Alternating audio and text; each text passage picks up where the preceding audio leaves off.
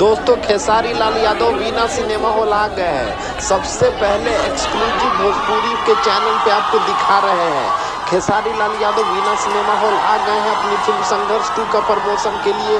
और देखिए हजारों की संख्या में दर्शक आए हैं। जी हाँ दोस्तों, संघर्ष 2 को सुपरहिट होने से कोई नहीं रोक सकता। खेसारी लाल यादव जमकर प्रमोशन कर रहे हैं संघर्ष 2 का। सबसे पहले आपको दिखा रहे हैं एक्सक्लूसिव भोजपुरी पर। देखिए और हमारे चैनल को अभी कभी सब्सक्राइब कीजिए। अगर हमारे चैनल पर नए हैं तो सब्सक्राइब करना ना भूले दोस्तों। देखिए और आगे भी मजा लीजिए और दोस्तों को शेयर कीजिए। संघर्ष 2 को प्रचार करने खेसारी लाल वीना सिनेमा हॉल में आ चुके हैं और आपको हम लाइव दिखा रहे तस्वीरें एक्सक्लूसिव भोजपुरी। देखिए खेसारी लाल यादव गाड़ी से बाहर निकल चुके हैं।